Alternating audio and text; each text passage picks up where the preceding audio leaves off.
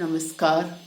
श्री कल्याण राजकीय कन्या महाविद्यालय से मैं इंदिरा सारस्वत सह आचार्य। प्रिय बच्चों, आज हमारे व्याख्यान का विषय है भक्ति काल की ज्ञान मार्गी शाखा की कवि कबीर। कबीर के पद की हम व्याख्या करेंगे। पद देखिए। पंडित वाद वते ते झूठा, राम कहा दुनिया गति पावे, खांड कहा मुँह मीठा। पावक कहा पाव जो ताजे, जल खई तृषा बुझावे। भोजन कहा भूख जो भाजे, तो सब कोई तेरी जाई। नर के साथ सुआ हरि बोले, हरि परिताप न जाने। जो कबहू उड़ी जाए जंगल में, बहुरी न सुरती आने। सांची प्रीति विषय मायासु, हरि भगतिन सो हासी। कहे कबीर प्रेम नहीं उपजो, बांधो यमपुर जासी। कठिन शब्द देखिए। बंद थे कहना, गति मोक्ष, खांड शक्कर, पावक अग्नि, तृषा प्यास, तेरी जाई उद्धार हो जाना। बहुरी पुनः, सूरते से तात्पर्य है स्मृति, नाम स्मरण, याद करना। देखिए कि कबीर द्वारा पदावली से ये पद उद्धृत है। इस पद में कबीर ने बाह्य आडंबरों का विरोध किया है कि धर्म के ठेकेदार किस तरह से दुनिया को भ्रमित करते हैं कि गंगा स्नान करने से उद्धार हो जाएगा, या केवल माला का नाम मन के फिराने से जो है ईश्वर के दर्शन हो जाएंगे। तो कबीर ने यहाँ विभिन्न उदाहरणों के माध्यम से इन बाह्य आडंबरों का खंडन करके कबीर ने ये बताया है कि ईश्वर के भक्ति के बिना और बिना ज्ञान प्राप्ति के ईश्वर के दर्शन नहीं हो सकते, मोक्ष की प्राप्ति नहीं हो सकती। क्या कहते हैं कबीरदास? पंडित वाद वदेते झूठा, राम कया दुनिया गति पावे, खांड कया मुंह मीठा। कि बाह्य आडंबरों का विरोध करते हुए कबीर कहते हैं पंडितों के द्वारा जितने भी वाद मत बताए गए हैं वे सब झूठे हैं, व्यर्थ हैं, बेकार हैं, असत्य है। राम कया दुनिया गति पावे, खांड कया मुंह मीठा।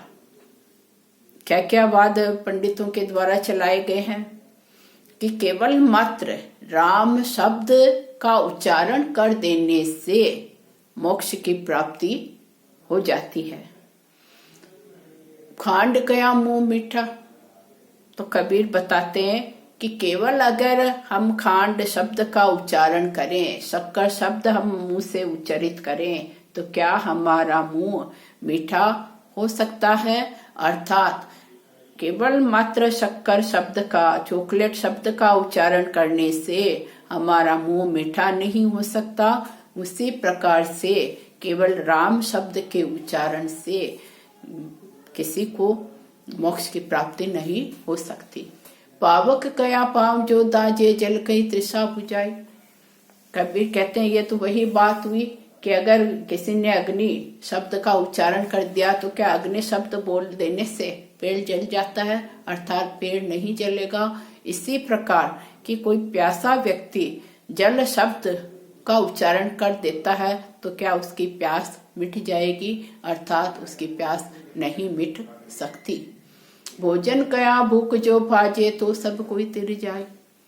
किसी प्रकार से किसी ने भोजन शब्द बोला तो भोजन शब्द बोलने से उसकी क्षुधा, उसकी भूख नहीं मिट सकती, तो सब कोई तिर जाई।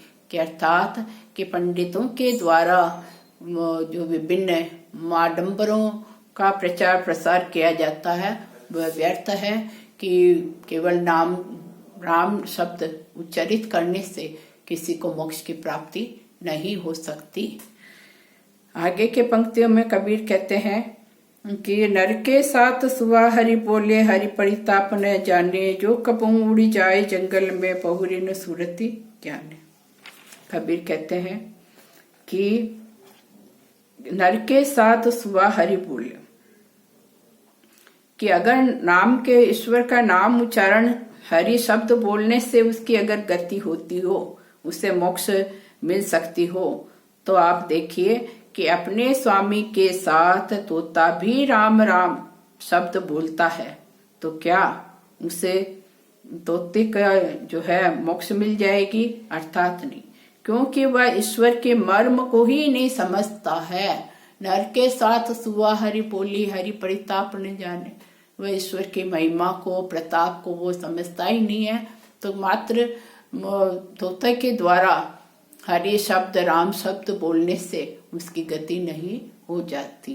कबीर कहते हैं कि जो कबो उड़ी जाए जंगली बहुरी न सुरती आने, कि वह तो मात्र अपने स्वामी के साथ साथ हरि शब्द, राम शब्द बोल रहा है, उसके मर्म को, ईश्वर के रहस्य को, प्रताप को वो नहीं समझ पा रहा है। यदि वह कभी अपने मालिक से छुटकारा पा करके जंगल में, आसमान में उड़ जाता है, तो बहुरी न सुरती आने, वह पुनः कभी ईश्वर के नाम स्मरण नहीं करेगा। क्यों नहीं करेगा? क्योंकि कि उसे ईश्वर के जो मर्म को, प्रताप को, उसके जो है अपने मन से उसने ईश्वर के महिमा को नहीं समझा, मन में उसके भक्ति नहीं है, प्रेम नहीं है, तो वह पुनः कभी राम शब्द का उच्चारण नहीं करेगा, क्योंकि वह तो मात्र स्वामी के पीछे पीछे उस राम शब्द का उच्चारण मात्र कर रहा था। तो कबीर कहते हैं कि इस तरह कि तोते के समान अज्ञानी लोग भी केवल ईश्वर का नाम का उच्चारण करते रहें तो उनका कभी भी उद्धार नहीं हो सकता, उनकी गति नहीं हो सकती, उन्हें मोक्ष नहीं मिल सकती। कि ईश्वर से साक्षात्कार कैसे संभव है? ईश्वर के दर्शन के आत्मचिंतन के द्वारा, या हम ये कहें कि हमारा पवित्र आचरण है, तो अपने पवित्र आचरण और भक्ति से, आत्मचिंतन के बल पर ही हमें ईश्वर के दर्शन हो सकते हैं। बाह्य आडंबरों से ईश्वर के दर्शन नहीं हो सकते। उसके लिए आवश्यक है आत्मचिंतन का होना, हमारा पवित्र आचरण का होना आवश्यक है, और उस जीवात्मा का भक्त होना भी परम आवश्यक है। तभी उससे ईश्वर का, परम तत्व का साक्षात्कार हो सकता है, अन्यथा नहीं। कबीर कहते हैं कि केवल भक्ति का आडंबर कौन लोग करते हैं? कि जो अज्ञानी है, जो पाखंडी है। तो पाखंडी लोग भक्ति का दिखावा करते हैं, आडंबर करते हैं। और क्या करते हैं वो पाखंडी लोग? वास्तव में जो ईश्वर भक्त है, तो वास्तव में सच्चे ईश्वर भक्तों की वे मजाक उड़ाया करते हैं, उनके हंसी उड़ाते हैं। इसलिए ऐसे व्यक्ति परमात्मा से वो प्रेम नहीं कर सकते और न ही वे ईश्वर का नाम ले सकते हैं। और जो पाखंडी लोग हैं, जो व्यर्थ के आडंबर दिखावा करने वाले लोग हैं, भक्त नहीं हैं, ऐसे लोग पुनः पुनः बार बार इस संसार में जन्म मरण के बंधन में बनते रहते हैं, और उन्हें यमलोक का रास्ता ही उन्हें दिखाई देगा कि पुनः पुनः वो संसार में जन्म लेते रहेंगे, आते जाते रहेंगे।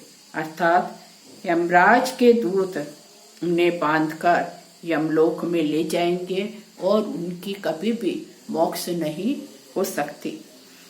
इस प्रकार सांसारिक आवागमन के चक्र में वो पड़ते रहेंगे और संसार के जो भोग है उन भोगों को उन्हें भोगना पड़ेगा।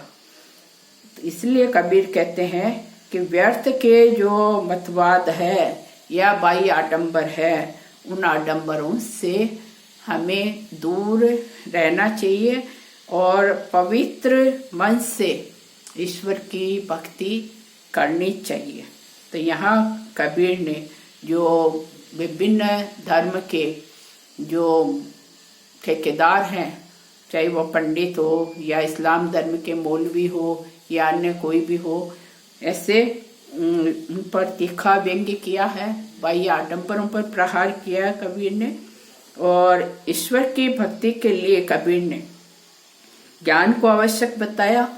ज्ञान के प्राप्ति के साथ ही कि इंसान का जो आचरण है वह शुद्ध होना चाहिए, पवित्र होना चाहिए। तो पवित्र आचरण करने का कबीर ने इन पंक्तियों में उपदेश दिया है। और कबीर की जो भाषा है वह ओजस्वी है, अखड़ है और कबीर का स्वर स्पष्टवादी भी है। अलंकारों में हम यहाँ देखें तो अनुप्रास अलंकार, एक ही वर्ण की जहाँ बार बार आवृत्ति होती है वहाँ अनुप्रास अलंकार का प्रयोग होता है। इसी प्रकार कबीर ने यहाँ दृष्टांत अलंकार का प्रयोग किया है, उदाहरण शैली के द्वारा बात को समझाया है। धन्यवाद।